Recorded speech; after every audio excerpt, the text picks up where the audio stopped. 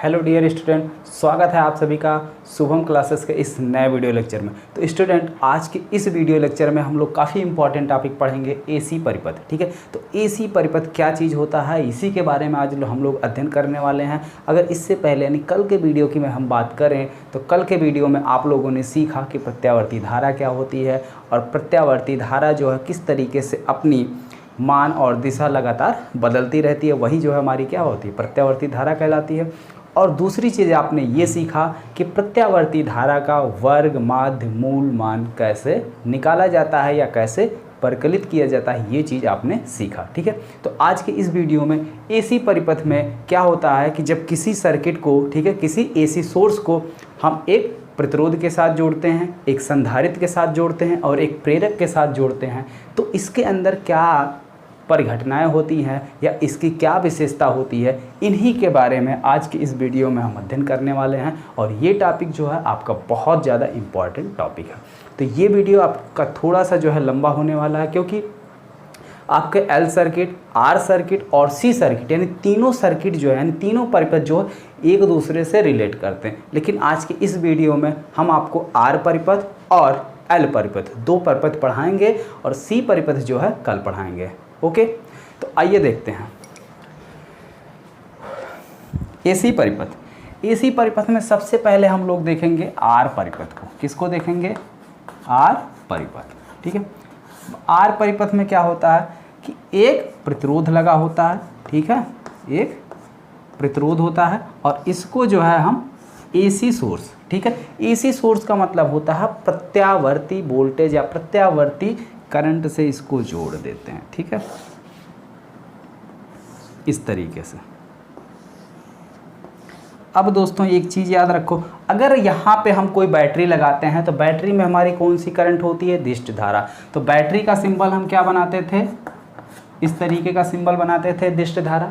लेकिन अब यहाँ पे हमें जोड़ना क्या है? प्रत्यावर्ती सोर्स। ठीक है, प्रत्यावर्ती सोर्स या प्रत्यावर्ती वोल्टेज जोड़ना है। तो इसका सिंबल क्या होगा? प्रत्यावर्ती धारा का अगर हम ग्राफ देखें तो वो किस तरीके से होता है?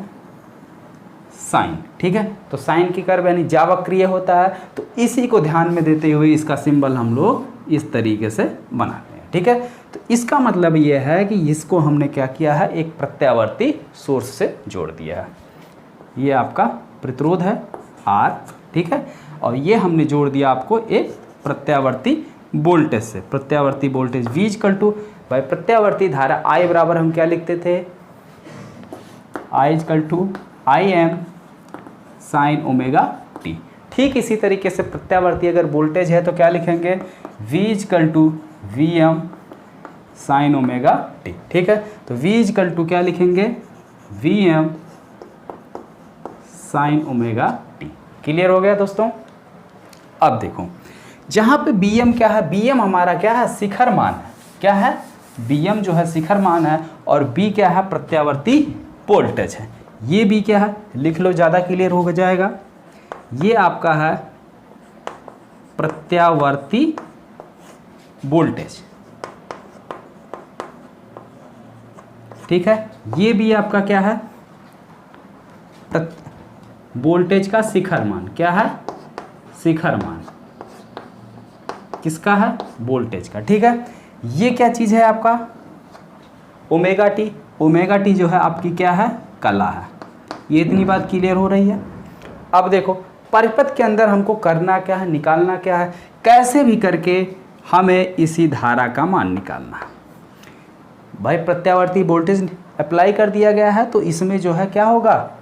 करंट फ्लो होगा और इसी करंट का मान कैसे भी करके हमको निकालना रहता है। अब एक बात याद रखो, इस करंट का मान हम कई तरीके से निकाल सकते हैं। सबसे पहले तो इसमें हम किरचॉफ का रूल अप्लाई करेंगे। ठीक है, किरचॉफ के नियम से। किरचॉफ के नियम से, भाई किरचॉफ का नियम क्या है कि अगर हमारा कोई बंद पास है, भाई ये हमारी सर्किट क्लोज दिख रही है ना, बंद पास है। किसी भी बंद पास में अगर कोई प्रतिरोध लगा हुआ है तो उसमें बहने वाली धारा और उस प्रतिरोध का गुणनफल, यानी इसमें धारा कितनी बह रही है आपकी? I, और इस प्रतिरोध का मान कितना है? R। तो I गुणे R का गुणनफल इसमें लगे हुए वोल्टेज के बराबर होता है। तो वोल्टेज इसमें आपका कितना लगा हुआ है, बी वोल्टेज लगा हुआ है, ठीक है। तो ये भी किसके बराबर हो जाएगा, I इंटू आर के, ठीक है। या दूसरे शब्दों में यानी कॉमन भाषा में अगर हम समझे तो यहाँ पे जो हमारा विभव लगा हुआ है, वोल्टेज लगा हुआ है, तो ये वोल्टेज पूरी की पूरी किस पर जाके ड्रॉप हो रही है, इसी लोड पर, यानी जो हमारा प्रतिरोध लगा हुआ है, ठीक है। अब जैसे मान लो अगर ये R है, ठीक है, प्रतिरोध है, इसका मान हम 2 ओम ले लें, ठीक है। इस प्रतिरोध का मान हमने 2 ओम ले लिया, ठीक है। और यहाँ पे जो वोल्टेज लगा हुआ है ये मान लिया गया 10 वोल्ट है। कितना है, 10 वोल्ट। तो इसमें कितना करंट फ्लो होगा, 5 एम्पियर का करंट फ्लो होगा ना। तो ये 5 यानी जो 10 वोल्ट है ये पूरी तरीके से जाके इस विभव का कहाँ पतन हुआ, इस रजिस्टेंस में। तो यानी ये विभव का जो पतन हुआ इस रेजिस्टेंस में, और इस रेजिस्टेंस का वोल्टेज हम कैसे निकालते हैं, ओम के नियम पर। तो ओम के नियम के अकॉर्डिंग वोल्टेज बराबर क्या हो जाता है, रेजिस्टेंस इंटू करंट। तो इसका रेजिस्टेंस कितना है, 2 ओम, और करंट कितनी है, 5 एम्पियर। तो 5 गुणे 2 करोगे कितना आ जाएगा, 10। तो इसके बराबर हो गया, ठीक है। तो इसी किरचॉफ के नियम से निकालिए, चाहे कॉमन भाषा में, ठीक है। तो किरचॉफ के नियम से क्या मिलेगा, V equal to I R, V equal to क्या हो जाएगा, आई आर, ठीक है। V इक्वल टू है क्या, b M sine omega t, value रखो, b M sine omega t equal to I r, ठीक है।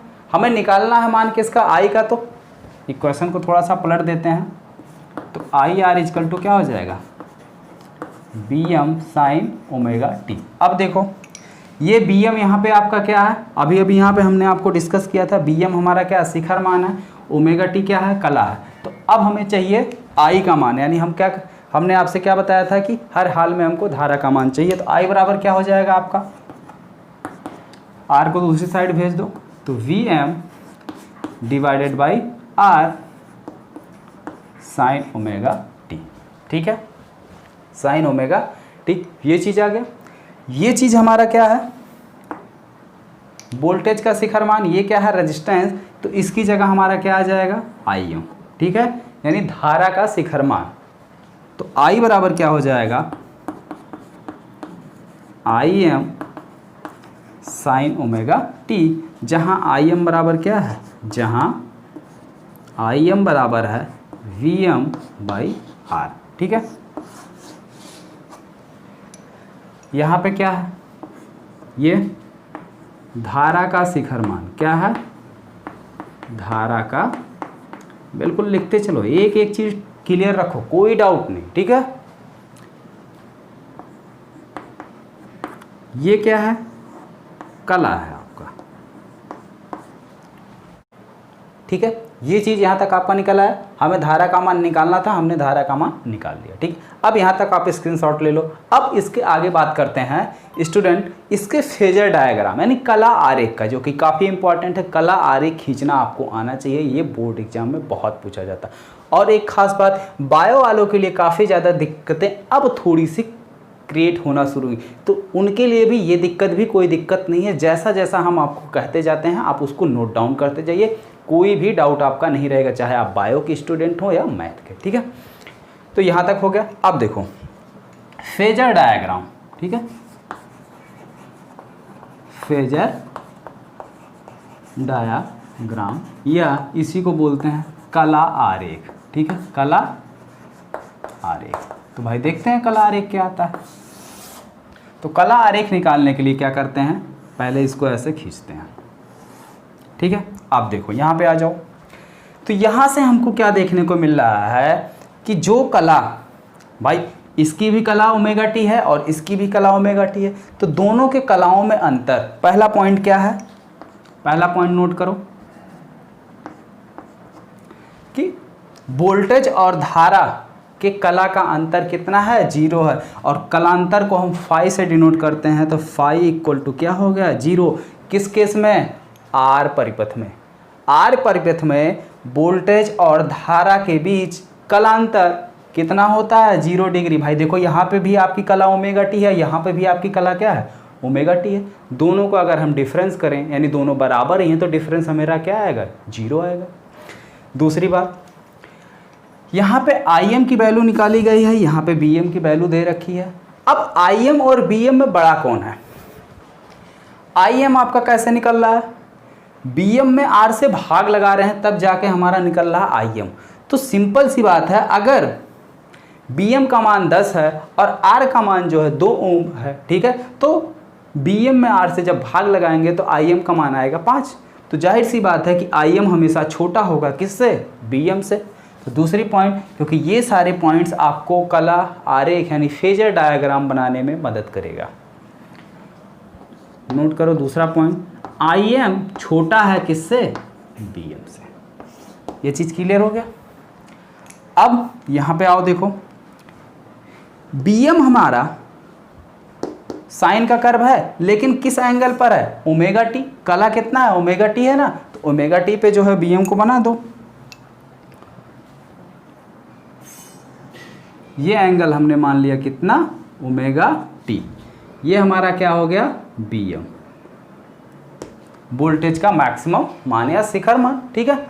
अब देखो Im भी हमारा कितना एंगल बना रहा है, ओमेगा टी एंगल ही बना रहा है, लेकिन Im की वैल्यू क्या है, Bm से छोटी है। तो उसी एंगल पर हम क्या करते हैं, Im को भी बना देते हैं इसी एंगल पर। तो ये हमारा क्या हो गया, Im हो गया। क्लियर हो रहा है भाई, एंगल दोनों का सेम है, ओमेगा टी ये भी बना रहा, ओमेगा टी ये भी बना रहा, तो इसी सेम एंगल पे हमने दोनों को खींच दिया। अब देखते हैं इसका कर्व कैसा आ रहा है।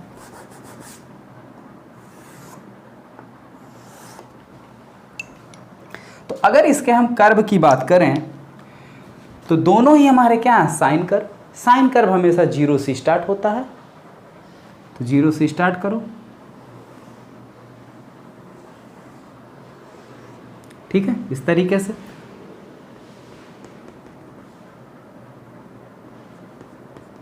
ये इसका क्या है, शिखर मान है, मैक्सिमम मान है। ये हमारा क्या हो गया, Bm शिखर मान हो गया।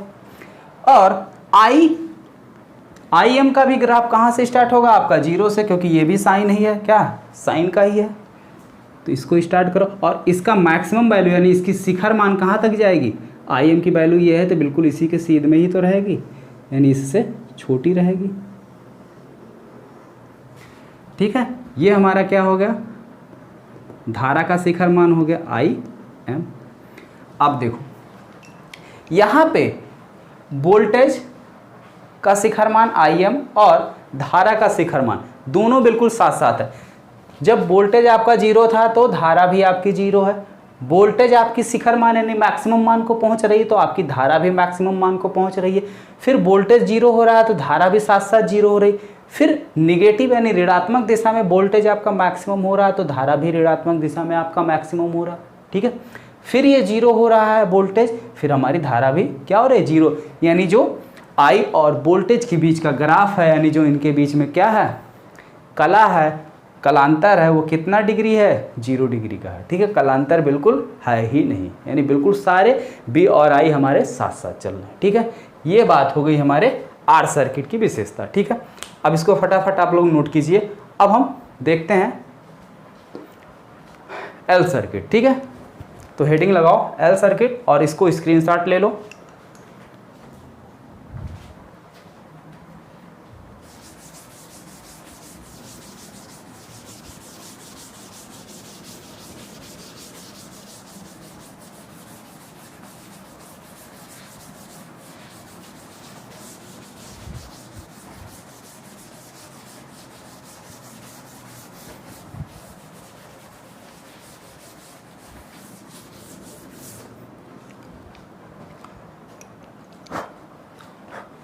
L परिपथ, L परिपथ, ठीक है।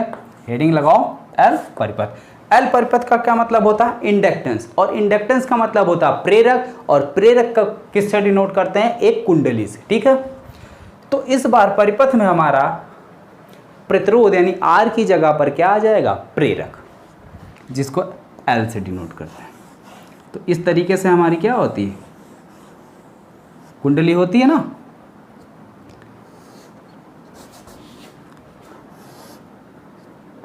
चलो ठीक है, फिगर बनाओ। ये कुंडली हो गई, इसको क्या कर रहे हैं, नीचे एसी सोर्स यानी प्रत्यावर्ती सोर्स से जोड़ दे रहे हैं। ठीक है, तो प्रत्यावर्ती सोर्स का मतलब क्या है, प्रत्यावर्ती वोल्टेज से इसको हमने क्या किया, कनेक्ट कर दिया। V = Vm sin omega t, इसको इससे कनेक्ट कर दिया। और प्रत्यावर्ती का सिंबल क्या होता है, ये होता है। ठीक है, इसको किससे डिनोट करते हैं, L से।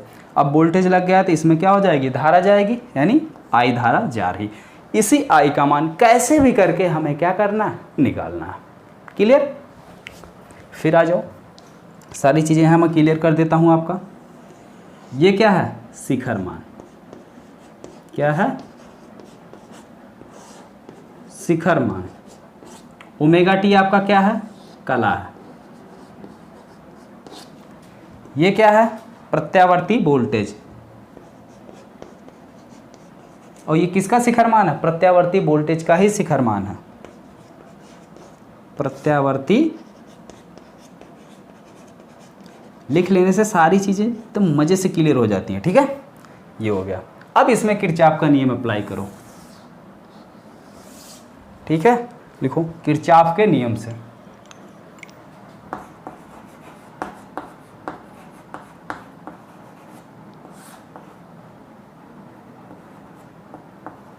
किरचॉफ के नियम से, भाई किरचॉफ के नियम से क्या मिलेगा कि किसी भी परिपथ में, अब परिपथ में धारा बह रही है, तो यानी ये धारा हमारी कुंडली में भी जाएगी। और जब ये धारा कुंडली में ही जाएगी तो ये धारा हमारी कैसी है, प्रत्यावर्ती धारा। निकल के यहाँ से रही है, प्रत्यावर्ती वोल्टेज से निकल रही है, तो प्रत्यावर्ती वोल्टेज से निकल रही है तो प्रत्यावर्ती धारा होगी। और प्रत्यावर्ती धारा की खास बात क्या है कि ये जो है हमेशा अपनी मान और दिशा दोनों बदलती रहती है। तो जब यहाँ पर प्रत्यावर्ती धारा अपनी मान और दिशा दोनों बदलेगी तो इसकी मान और दिशा बदलने की वजह से जो कुंडली लगी हुई है, प्रेरक लगा हुआ है, इसके अंदर एक चुंबकीय क्षेत्र उत्पन्न होता है। ठीक है, या कह सकते हैं इसके चुंबकीय फ्लक्स के मान में परिवर्तन उत्पन्न होगा। ठीक है, तो जब इसके खुद के चुंबकीय फ्लक्स के मान में परिवर्तन होगा तो चुंबकीय फ्लक्स के मान में परिवर्तन होने की वजह से इसके अंदर एक क्या उत्पन्न होगा, प्रेरित विद्युत वाहक बल उत्पन्न होता है। ठीक है, इसी घटना को हम क्या कहते हैं, स्वप्रेरण। ये जस्ट पहले के चैप्टर से, यानी पहला वाला चैप्टर इससे रिलेट कर रहा है। ठीक है, तो अगर आप वीडियो सीक्वेंसली देखते आए हैं तो ये चैप्टर आपको बहुत आसान लगेगा। ठीक है, खासकर बायो वाले बिल्कुल ध्यान दीजिए। फिर से देखिए कि इसमें क्या हो रहा, प्रत्यावर्ती वोल्टेज जा रही है, तो प्रत्यावर्ती वोल्टेज का प्रत्यावर्ती धारा, प्रत्यावर्ती धारा का मतलब क्या है, प्रत्यावर्ती धारा का मान और दिशा हमेशा समय के साथ साथ बदलता रहता है। तो जब ये कुंडली के अंदर जाएगा तो कुंडली के अंदर भी जाके ये क्या हो जाएगा, परिवर्तित होगा बार बार। और धारा परिवर्तन की वजह से, यानी धारा के मान में परिवर्तन की वजह से इस कुंडली के अंदर जो है कुंडली का क्या होगा, चुंबकीय फ्लक्स होगा। क्या होगा भाई, किसी भी कुंडली में अगर हम धारा प्रवाहित करते हैं तो कुंडली के अक्ष पर एक चुंबकीय क्षेत्र उत्पन्न होता है। ये पिछले वाले चैप्टर में हम आपको अच्छे से बता चुके हैं। ठीक उसी कंडीशन की वजह से चुंबकीय क्षेत्र उत्पन्न होगा, तो चुंबकीय क्षेत्र की वजह से चुंबकीय फ्लक्स होगा। ठीक है, अब जब धारा का मान बदलेगा यानी धारा परिवर्तित होगा तो चुंबकीय फ्लक्स के मान में परिवर्तन होगा। और जब चुंबकीय फ्लक्स के मान में परिवर्तन होगा तो चुंबकीय फ्लक्स के मान में परिवर्तन होने की वजह से इस प्रेरक में यानी इस कुंडली में एक प्रेरित विद्युत वाहक बल उत्पन्न होता है। ठीक है, और किरचॉफ के नियम के अकॉर्डिंग ये प्रेरित विद्युत वाहक बल इस वोल्टेज के बराबर होता है। और इस प्रेरित विद्युत वाहक बल का फार्मूला होता है LdI/dt। ठीक है, तो ये LdI/dt किसके बराबर हो गया आपका, V के। ठीक है, तो LdI/dt इक्वल टू किसके है, V के। और V की वैल्यू क्या हुई, इसको बना लो इक्वेशन नंबर 1। तो V की वैल्यू क्या है, समीकरण नंबर 1 से LdI/dt इक्वल टू क्या हो जाएगा, Vm sin ओमेगा भाई dt को भेज दो दूसरी साइड। हमने कहा ना कि हमको हर हाल में क्या चाहिए, धारा का मान चाहिए। कैसे भी करके हमें धारा का मान निकालना, तो I को इस साइड रखो, बाकी सबको भेज दो उस साइड। तो L D I equal to क्या हो जाएगा, B M sine omega t, और यहाँ पे डी टी। एल को भी भेज दो दूसरी साइड, एल यहाँ गुणे में है, दूसरी साइड जाएगा क्या हो जाएगा, भाग में हो जाएगा ना, तो इसको यहाँ से हम यहाँ भेज दे रहे हैं भाग में। अब दोनों पक्षों का क्या करो, इंटीग्रेट कर दो। ठीक है, दोनों पक्षों का इंटीग्रेट का मतलब होता है समाकलन करने पर, समाकलन करने पर। अब आ जाओ भाई, तो इसमें इंटीग्रेशन लगाओगे क्या हो जाएगा, इंटीग्रेशन ऑफ डी आई, और इसकी वैल्यू कितनी हो जाएगी आई, क्योंकि हम जानते हैं, क्या जानते हैं, मैथ वाले तो बिल्कुल जान रहे हैं, बायो वाले सीख लो। इंटीग्रेशन ऑफ डी एक्स होता है तो इसकी वैल्यू कितनी आती है एक्स, या इंटीग्रेशन y होता है तो इसकी वैल्यू कितनी आती है, इंटीग्रेशन ऑफ dy होता है तो इसकी वैल्यू कितनी है y है। ठीक यही कॉन्सेप्ट यहाँ पे लगा लो, x की जगह y रख के देखो। ठीक है, x की जगह i रख के देखो तो क्या मिलेगा हमको, i मिलेगा। चलो, integration vm by L sine omega t और dt। ठीक है, अब bm क्या है, शिखर मान है। शिखर मान है, जब भी उसके हम शिखर मान की बात करेंगे तो उसका शिखर मान हमेशा वही रहेगा, बदलेगा नहीं। जिस समय अंतराल बाद शिखर मान को पहुंच रहा, ठीक अगले समय अंतराल बाद भी वही शिखर मान उसको मिलेगा। मान जैसे सपोज करो ये साइन का कर्व है वोल्टेज का, ठीक है, ये हमारा क्या शिखर मान है bm। अब मान लो समय t बराबर t1 बराबर 0 पे वैल्यू 0 है, और समय t2 पर क्या है, t2 समय पर क्या शिखर मान को जा रहा है, और t3 पर क्या हो जा रहा है, 0 आ रहा है, और फिर अगले t4 पर नेगेटिव शिखर मान, ठीक है, ऋणात्मक शिखर मान, यानी माइनस bm यहाँ पे हो जाएगा, फिर शिखर मान को पहुँचेगा। तो यानी इसका शिखर मान जो है, जैसे मान लो यहाँ पे वोल्टेज का मान है 5 वोल्ट, तो 5 वोल्ट से कभी ज़्यादा नहीं होगा। ठीक है, इसका शिखर मान जो है हमेशा 5 वोल्ट ही रहेगा। जब भी चाहे यहाँ शिखर मान ले लें, यहाँ लेंगे तो -5 वोल्ट आएगा, यहाँ लेंगे तो फिर +5 वोल्ट आएगा। ठीक है, हमेशा 5 वोल्ट ही आएगा। तो Vm हमारा क्या है, कांस्टेंट है। इंटीग्रेशन इस समाकलन के साइन से बाहर आ जाएगा। L हमारा क्या है, इस प्रेरक का प्रेरकत्व तो है, ये भी कांस्टेंट है, ये बाहर आ जाएगा। तो ये दोनों इंटीग्रेशन के साइन से क्या आ गए, बाहर आ गए। तो Vm बाई एल, अब इंटीग्रेशन के अंदर बचा कौन, sign omega T D T. अब एक चीज़ फार्मूला देखो भाई बायो वाले, ध्यान से देखो कि इंटीग्रेशन के अंदर अगर होता है हमारा साइन के X D X equal to होता है, कितना होता है, कास के एक्स डिवाइडेड बाई के, कितना होता है, कास के एक्स डिवाइडेड बाई के, और वो भी माइनस का। ठीक है, तो क्या होता है, माइनस कॉस के एक्स डिवाइडेड बाई के। तो अब के की जगह पे ओमेगा रख लो और टी की जगह पर एक्स रख लो। ठीक है, तो भाई यहाँ पे देखो के की जगह अगर हम ओमेगा रख दें और इसकी जगह टी रख दें, इसकी भी जगह क्या रख दें, टी रख दें, तो यानी integration sign omega T D T बराबर हमको क्या मिलेगा, माइनस कॉस ओमेगा टी और बटे में ओमेगा, यही ना मिलेगा। तो वैल्यू इसकी रख देते हैं यहाँ पे, Bm by L minus cos omega t और बटे ओमेगा। ठीक है, अब थोड़ा सा कायदे से राइट करने के लिए क्या करते हैं, ओमेगा को यहाँ बाहर ले लेते हैं। ठीक है, ओमेगा को हमने ले लिया, नहीं दिख रहा होगा, चलो ठीक है आगे लिखता हूँ। ये चीज़ें समझ में आ गई। ठीक है, अब देखो यहीं पे लिख देते हैं, फिर थोड़ा सा मिटाना भी पड़ेगा क्योंकि आप लोग जल्दी से नोट कर लीजिए। तो ये हो जाएगा आपका B M by L, minus sine को ले लेते हैं बाहर, तो यानी माइनस यहाँ पे लगा लिए, क्या हो गया कास ओमेगा टी, और इस ओमेगा को एल के साथ ले रहे हैं तो कितना हो जाएगा L omega cos omega t. ठीक है, और ये चीज़ आपकी क्या निकल के आ जाएगी, धारा। ठीक है, तो i equal to minus I m B M by L omega cos omega t, जहाँ पे आई एम बराबर क्या है आपका माइनस, या माइनस को ऐसा ही रहने दो, ठीक है, माइनस यहाँ रखा, तो आई एम की जगह पे हमने क्या रखा B M by L omega. ठीक है, ये चीज़ निकल के आ गई। लेकिन अब देखो, अगर हमें फेजर डायग्राम बनाना हो तो हमें दिक्कत होगी। क्यों दिक्कत होगी, क्योंकि यहाँ पे कर्व हमारा किसका है कॉस का, और यहाँ पे हमको क्या मिल रहा है साइन में, तो दोनों एक ही कंडीशन में होने चाहिए ना। एक टर्म में आ जाए तो ज़्यादा अच्छा है, तो ठीक है एक टर्म में लाने की कोशिश करते हैं। इधर मिटा दे रहे हैं, हो गया ना, इधर नहीं हुआ हो तो स्क्रीनशॉट ले लो। ठीक है, 2 सेकंड रुकते हैं हम। ठीक, okay.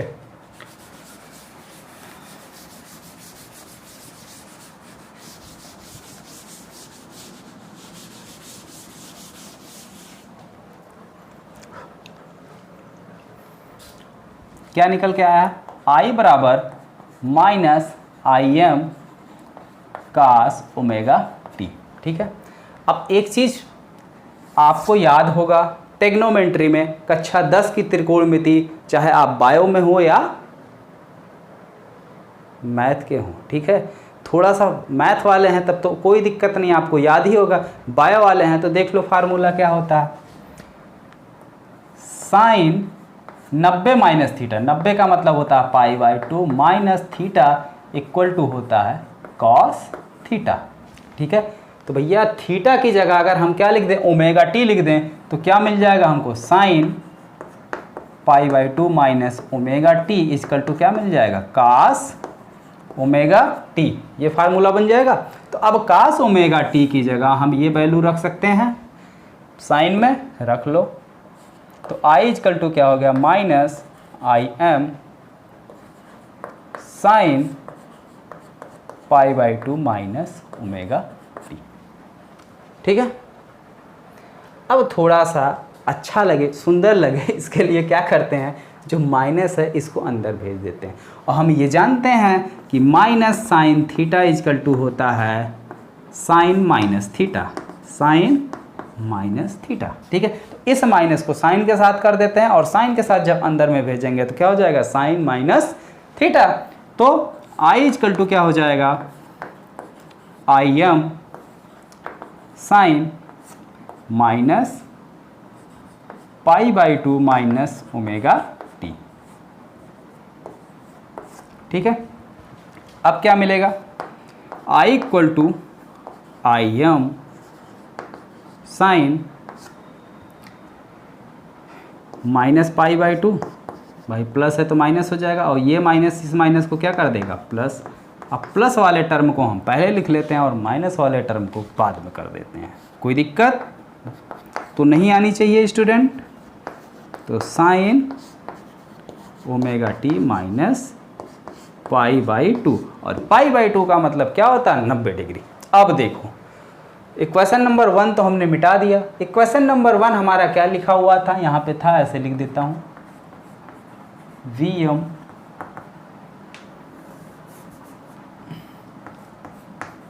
B M sine omega t, ये इक्वेशन नंबर 1 था, लिखा गया था। ये आपका आ गया इक्वेशन नंबर 2। ये भी आपका साइन में है, ये भी आपका साइन में है।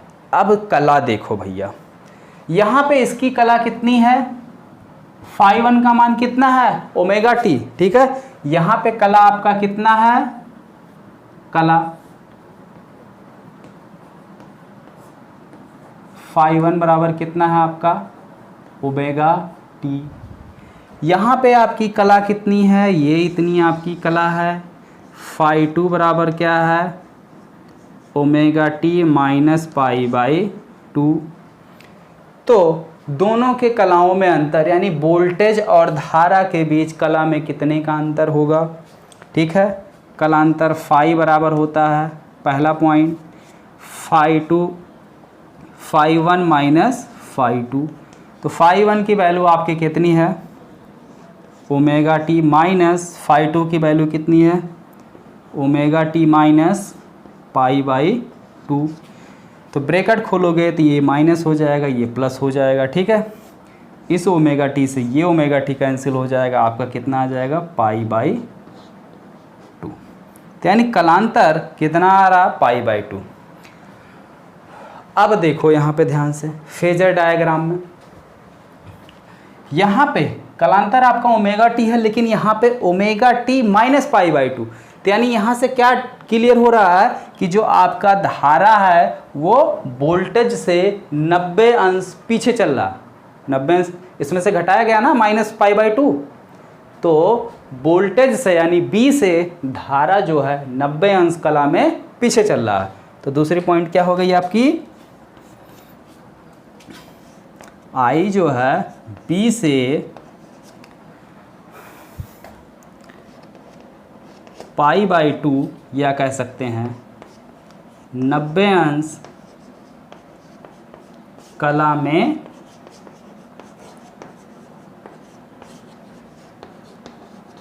पीछे है। ठीक है, क्लियर। दूसरी बात, तीसरी बात, IM का मान, IM कहाँ निकाला गया, यहाँ पे IM बराबर किसके, BM में L ओमेगा से अगर हम भाग लगाते हैं तब निकल के आएगा IM। तो यानी IM का मान यहाँ पे हमारा BM से क्या होगा, छोटा होगा। चलो, छोटा होगा किससे, BM से।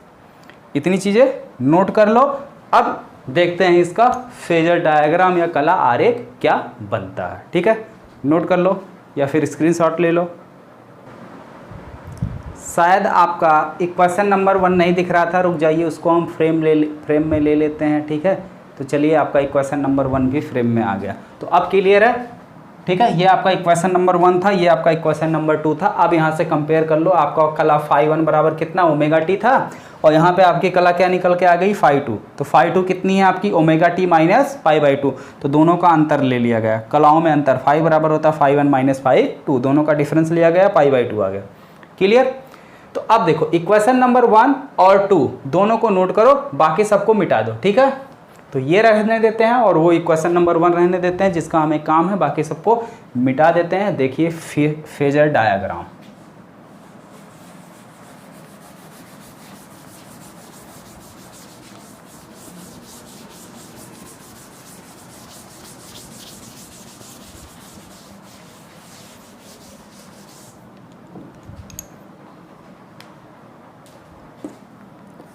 फेजर डायग्राम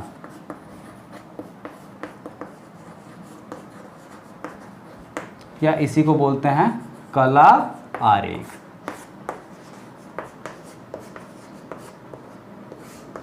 ठीक है, अब देखो, देखिए भाई कला आरेख कैसे बन रही है। पहली बात तो ये देखो, BM हमारा क्या है, कितने एंगल पर है, ओमेगा टी। तो BM को हम ओमेगा टी एंगल पर बना देते हैं। ठीक है,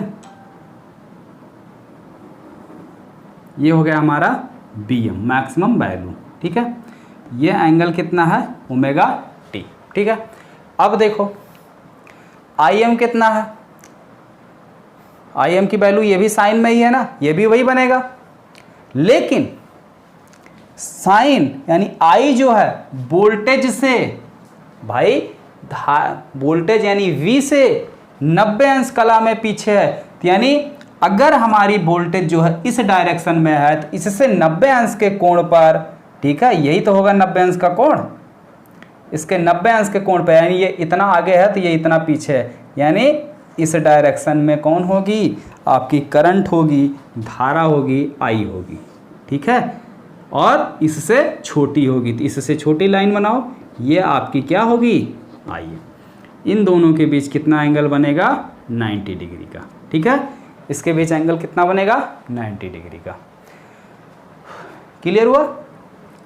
तो वोल्टेज जो देखो क्लियर भी हो रहा ना कि वोल्टेज हमारा जो है वो धारा से यानी I से 90 अंश कला में आगे है कि नहीं है। ये इस दिशा में ये है और ये इस दिशा में बिल्कुल 90 अंश पर है।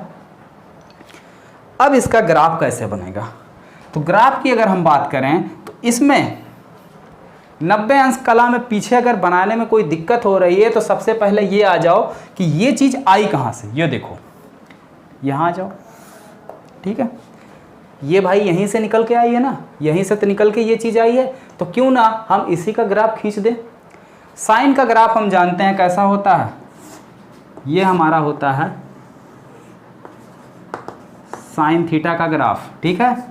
और कॉस थीटा का ग्राफ क्या होता है, कॉस थीटा का ग्राफ होता है आपका ऐसे, ठीक है। ये आपका होता है कॉस थीटा का ग्राफ। तो माइनस कॉस थीटा का ग्राफ क्या होगा, माइनस कॉस थीटा, यहां से स्टार्ट होगा। अच्छा, एक चीज अगर आपको समझ में नहीं आ रही है कि कास का सर आप यहां से क्यों ले लिए, साइन का आप यहां से क्यों ले लिए, तो सबको भूल जाओ, एकदम शुरुआत से देखो, एकदम बेसिक से देखो कैसे ले लिया गया, क्यों ये चीज ले लिया गया। यहाँ पे हमने मान लिया कोण कितना है 0 डिग्री, आगे मान लिया कितना है π/2 90 अंश, यहाँ पे मान लिया कितना है पाई 180 अंश, ठीक है। फिर यहाँ पे कितना मान लिया 270, 270 का मतलब हो गया कितना 3π/2, 3π/2, ठीक है। यहाँ पे हमने मान लिया कितना 360 अंश यानी कि 2π। अब देखो हम साइन थीटा की बात करें, ठीक है, साइन थीटा, तो साइन 0 डिग्री पर साइन का मान कितना होता है 0 अंश, 0 अंश। साइन 90 पे साइन की वैल्यू कितनी होती है 1, यहाँ पे 1 ले लो, यहाँ पे नीचे -1 ले लो, ठीक है। तो साइन 90 पर साइन की वैल्यू कितनी होती है 1, यानी यहाँ कहीं मिलेगा। फिर आ जाओ 180 पे, 180 पे साइन का मान कितना होता है 0, 270 पे साइन का मान कितना होता है -1, ठीक है। और 2π पे फिर साइन का मान कितना होता है 0। तो अगर इसको हम मिला दें सभी पॉइंटों को तो क्या मिल रहा है हमको, ठीक है। तो इस तरीके से हमारा ग्राफ बन रहा है ना, ये हमारा किसका ग्राफ हो गया साइन का, ठीक है, ठीक है। अब देखो ठीक इसी तरीके से अगर हम कास का खींचें, किसका कास का, ये ऊपर लिख लिया मैंने 1, नीचे लिख लिया -1, ठीक है। यहाँ पे हमारा कितना है 0 डिग्री, यहाँ पे कितना है 90 डिग्री, यहाँ पे कितना है 180 डिग्री, यहाँ पे कितना है 270 डिग्री, वहाँ पाई लिख दिया, यहाँ डिग्री लिख रहे हैं, उससे कोई दिक्कत नहीं, चलो यहाँ भी लिख दे रहा हूँ, ठीक है। 90, 180, 270, 360, ठीक है, 270, 360। तो कास 0 का मान कितना होता है 1, कास 90 का मान कितना होता है 0, कास 180 अंश का मान कितना होता है -1, तो -1 यानी नीचे ही यहाँ कहीं। कास 270 अंश का मान कितना होता है 0, फिर कास 360 अंश का मान कितना होता है 1, ठीक है। तो अब अगर इसका ग्राफ हम खींचें तो इसका ग्राफ हमको क्या मिल रहा है, ऐसे मिल रहा है ना, कहाँ से स्टार्ट हो रहा है 1 से, ठीक है। लेकिन ये तो आपके कॉस थीटा का था, किसका था कॉस थीटा का। तो अगर हमारा क्या लगा हुआ है थीटा के आगे माइनस लगा हुआ है यानी माइनस कॉस थीटा है, तो ये ग्राफ यहाँ से ना स्टार्ट होके कहाँ से स्टार्ट हो जाएगी आपकी यहाँ से, ठीक है। क्योंकि भाई कास 0 की वैल्यू कितनी होती है 1, तो 1 है, आगे माइनस लगा है तो क्या हो जाएगा -1 यानी यहाँ आ जाएगा। फिर कास 90 पे वैल्यू 0 और 0 जो है प्लस माइनस होता नहीं तो 0। 180 अंश पे कास की वैल्यू होती है -1 और आगे जो माइनस लगा है ये इसको क्या कर देगा प्लस कर देगा, तो यहाँ कहीं मिलेगा, ठीक है। तो अब समझ में आ गया माइनस कॉस थीटा का ग्राफ कहाँ से स्टार्ट हो रहा है यहाँ से, ठीक है। ग्राफ आपको सब क्लियर हो गए, चलो अच्छी बात है। तो अब भैया हम ग्राफ खींच लेते हैं, तो समझ में आ गया ना ये तीनों चीज़। चलो ग्राफ खींच लो।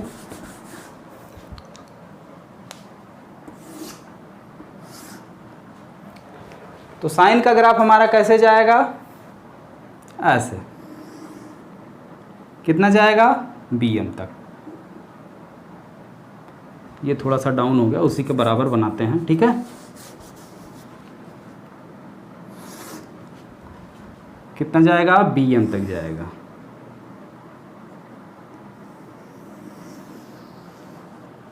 नीचे भी हमारा ये Bm तक ही जाए, ठीक है।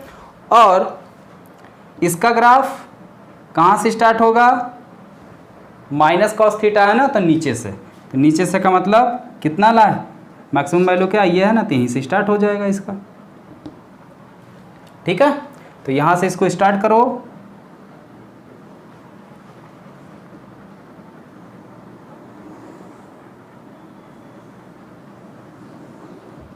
इस तरीके से। और ये इतना ऊपर नहीं जाएगा, थोड़ा सा डाउन ही रहेगा क्योंकि इससे छोटा है ना वैल्यू, तो ये जो है ऐसे डाउन कर दो, इधर भी इसी के बराबर ही निकल जाएगा, ये ऐसे। तो ये चीज़, इस बात का खास ख्याल रखना क्योंकि दोनों जो हैं आपके ज़्यादा ग्राफ बराबर नहीं जाएंगे, एक आपका छोटा जाएगा, दूसरा जो है आपका नीचे रहेगा। अब यहाँ पे ये देखो आपकी वोल्टेज की मैक्सिमम वैल्यू Bm का मान कितना है, ये है इसी के बिल्कुल सीध में, और आपके धारा का मैक्सिमम मान कितना है, ये है I, ये आपका कितना है Im, या यहाँ देख सकते हो Im, या यहाँ देख सकते हो प्लस का Im, ठीक है। तो ये जो है आपका फेजर डायग्राम या कला आरेख है, खींचना आ गया। ओके स्टूडेंट, अब आप लोग क्या करिए, अगर किसी को इसमें कहीं पर भी कोई समस्या रह गई हो तो इसको आप घर पर 2-3 बार प्रैक्टिस कर लो, ठीक है। क्योंकि ये चीज़ जो है अगर आप समझ गए हैं तो पूरा चैप्टर आपको बहुत आसान लगेगा, ठीक है। क्योंकि बायो वालों के लिए सबसे ज़्यादा प्रॉब्लम यही चैप्टर प्रत्यावर्ती धारा ही क्रिएट करती है, क्योंकि इसमें बहुत ज़्यादा मैथमेटिकल टर्म का यूज हुआ है, ठीक है। तो आप लोग इसको 2-3 बार घर पे प्रैक्टिस कर लीजिए, और उसके बाद भी अगर आपका कोई डाउट रहता है तो कमेंट बॉक्स में बोल दीजिए। कल जब हम आपका सी सर्किट यानी सी परिपथ लेकर आएंगे तो वहाँ पे आपके डाउट्स को हम ले लेंगे, आपके डाउट्स को क्लियर कर देंगे। ओके स्टूडेंट, ठीक है, मिलते हैं नेक्स्ट वीडियो में।